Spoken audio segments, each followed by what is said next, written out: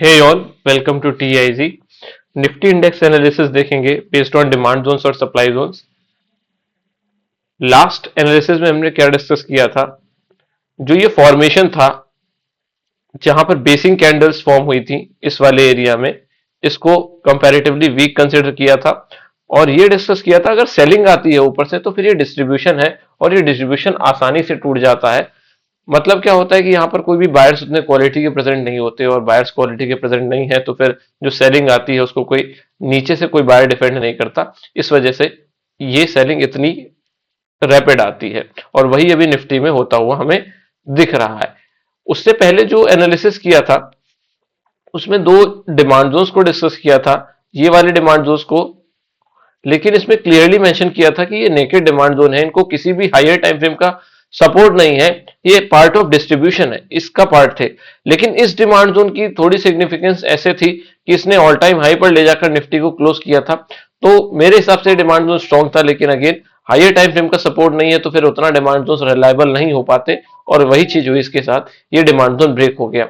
जब से ये फॉर्मेशन हुआ है मंथली का, अगर आप इस डिमांड जोन की बात करो तो जब से ये फॉर्मेशन हुआ है, मैं जो भी एनालिसिस कर रहा हूं उसमें ये मैंने मेंशन किया है कि ये वाले डिमांड जोन का यूज इंस्टीट्यूशंस कर सकते हैं।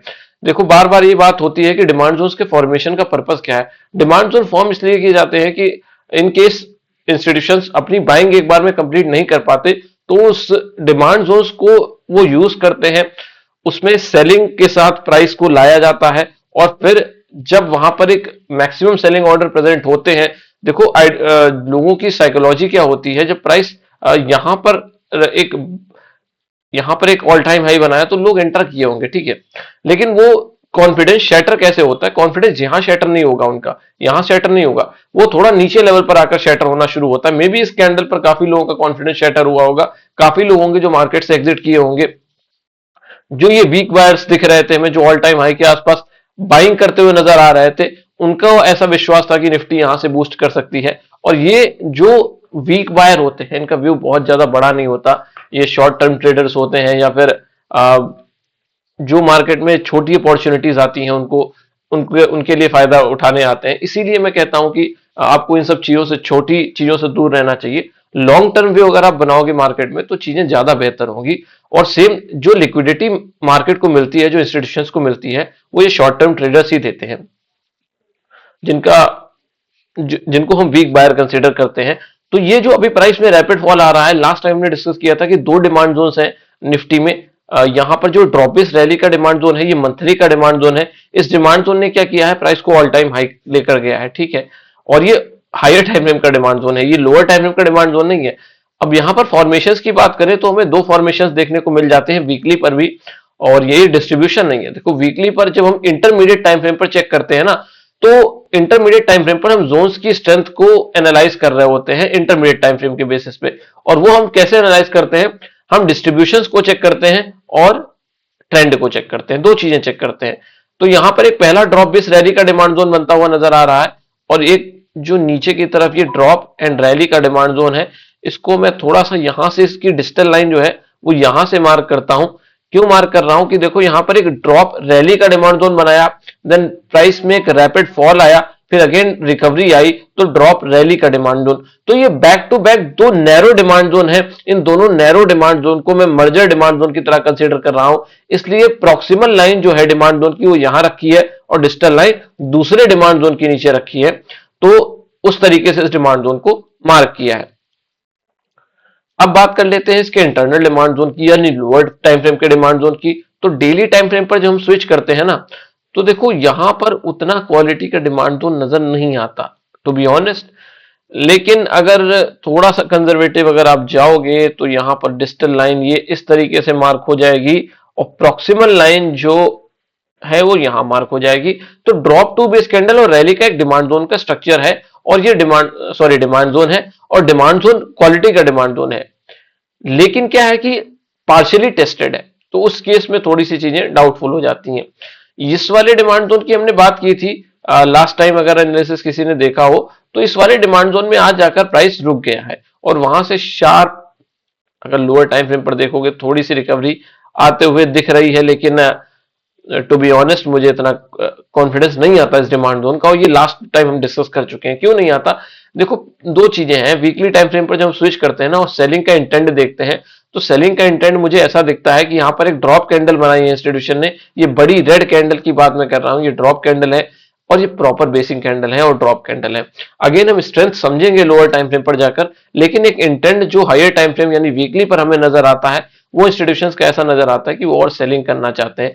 तो मे बी अगर इस डिमांड जोन का सपोर्ट लेंगे तो शायद इस सप्लाई जोन तक लेकर आने के लिए सपोर्ट ले सकते हैं। और एक बार प्राइस इस डिमांड जोन से ट्रिगर होकर इस सप्लाई जोन में एंटर करता है, तो फिर इस डिमांड जोन को से हम ये एक्सपेक्ट नहीं कर सकते कि इस सप्लाई जोन को ब्रेक कर देगा। क्यों नहीं कर सकते? कि देखो, मैंने एक चीज लास्ट वीडियो में डिस्कस की थी कि मंथली टाइम फ्रेम पर अगर हम इसको ड्रॉप बेस रैली का डिमांड जोन कंसीडर करते हैं, तो ऊपर का जो एरिया है वो लो इन द कर्व का एरिया बन जाएगा, क्योंकि ऊपर की तरफ कोई भी हायर टाइम फ्रेम का फ्रेश सप्लाई जोन प्रेजेंट नहीं है, लेकिन नीचे की तरफ हायर टाइम फ्रेम का फ्रेश डिमांड जोन प्रेजेंट है।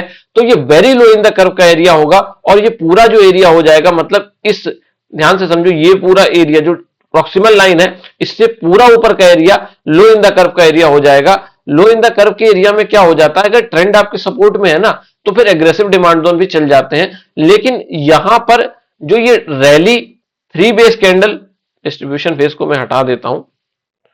देखो, कहने को तो ये एरिया डिस्ट्रीब्यूशन का एरिया है, लेकिन यहां पर रैली 3 बेस रैली का स्ट्रक्चर है डिमांड जोन का, ठीक है, उसी की वजह से डिस्ट्रीब्यूशन क्रिएट हुआ है।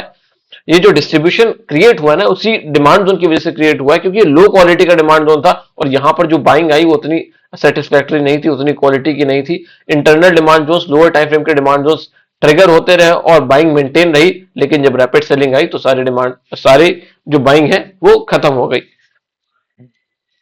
तो ये वाला जो रैली बेस रैली का डिमांड जोन है, इस रैली के डिमांड जोन के नीचे अगर प्राइस आ जाएगा, क्लोज कर देगा वीकली टाइम फ्रेम पर, तो फिर क्या हो जाएगा, ये demand zone aggressive demand zone हो जाएगा, और ये पिवट अभी क्या है, ब्रेक हो गया है, ठीक है। क्लोज नहीं मिला है अगेन, लेकिन ये वीकनेस का साइन है, प्राइस इसके नीचे आ गया है। अगर क्लोज हो जाता है तो फिर यहां पर जो ये डेली डिमांड जोन है ना, इसकी वैलिडिटी बिल्कुल खत्म हो जाएगी। अभी यहां से हमें एक रिएक्शन देखने को मिल रहा है, लेकिन वीकली पर जो हम पिक्चर देखते हैं उसके अकॉर्डिंग क्या है कि ये सप्लाई जोन की तरफ अगर ट्रिगर करेगा प्राइस को, तो फिर यहां से हमें हो सकता है कि इस सप्लाई जोन से ऑर्डर ट्रिगर होकर प्राइस और नीचे की तरफ आ जाए, ठीक है। तो ड्रॉप इस रैली का डिमांड जोन, ये वाला जो डिमांड जोन है, इस डिमांड जोन में अगर प्राइस आ जाता है तो फिर ये कंपैरेटिवली स्ट्रॉन्ग डिमांड जोन है।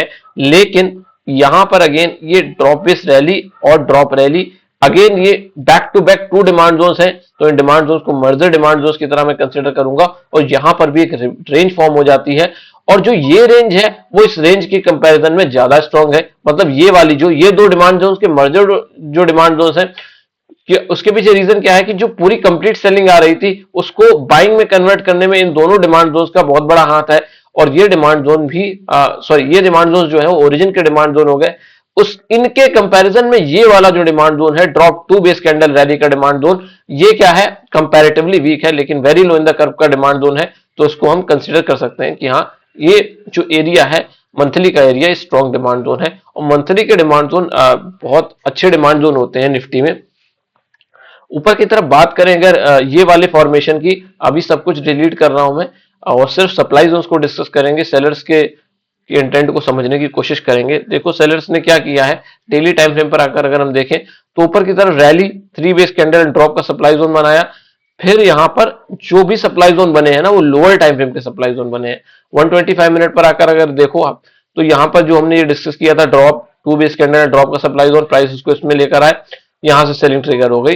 अगेन डीबीडी बनाया, फिर डीबीडी बनाया, फिर डीबीडी बनाया, मतलब 125 मिनट पर back to back supply zones बन रहे हैं, जो कि इंटेंट को दिखाता है कि सेलर्स एक्टिव है, सेलर्स अभी शायद और बेचना चाहते हैं, या सेलर्स का इंटेंट ये है कि जो भी बायर्स आएंगे उनको इन सप्लाई जोन्स में लाकर ट्रैप किया जा सकता है और अपने ऑर्डर्स को ट्रिगर किया जा सकता है। वीकली टाइम फ्रेम पर जो सप्लाई जोन हमें दिख रहा है, ये वाला डीबीडी, उतना क्वालिटी का स्ट्रेंथ नहीं, क्योंकि डेली पर आपको डिस्ट्रीब्यूशन काइंड ऑफ स्ट्रक्चर दिखेगा, यहां पर उतना प्रॉपर स्ट्रक्चर नहीं है, लेकिन अगेन स्ट्रेंथ देखती हुई नजर आ रही है बायर्स सेलर्स में ऑन डेली टाइम फ्रेम। ये पहले भी डिस्कस किया कि डेली टाइम फ्रेम पर लोअर टाइम फ्रेम पर सेलर्स हमेशा से मुझे एग्रेसिव लगे हैं, लेकिन ये जो हायर टाइम फ्रेम है मंथली और वीकली, यहाँ पर अभी भी बायर्स में स्ट्रेंथ जिंदा है। और ये स्ट्रेंथ कब तक रहेगी? जब तक ये डिमांड जोन मेंटेन है, जब तक ये डिमांड जोन इंटैक्ट है, तब तक बायर्स में स्ट्रेंथ रहेगी on higher time frame. Demand zones को हमने डिस्कस कर लिया, सप्लाई जोन्स को डिस्कस कर लिया। अगेन ये वीडियो सिर्फ एजुकेशनल पर्पस के लिए है। यहाँ पर जो भी डिमांड जोन्स और सप्लाई जोन्स की फॉर्मेशन हम समझते हैं, वो बायर्स और सेलर्स के इंटेंट को देखने के लिए समझते हैं कि डिमांड जोन्स और सप्लाई जोन्स के जो फॉर्मेशन हुए हैं उसमें बायर्स ज्यादा स्ट्रॉन्ग दिख रहे हैं या सेलर्स ज्यादा स्ट्रॉन्ग दिख रहे हैं, और वो हम अगेन डिफरेंट टाइम फ्रेम पर हम डिस्कस करते हैं।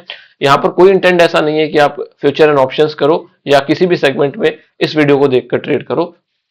तो ये था निफ्टी का analysis based on demand zones and supply zones. अगर आपको ये वीडियो अच्छी लगी हो तो प्लीज वीडियो को लाइक करें, शेयर करें एंड सब्सक्राइब करें। Thank you.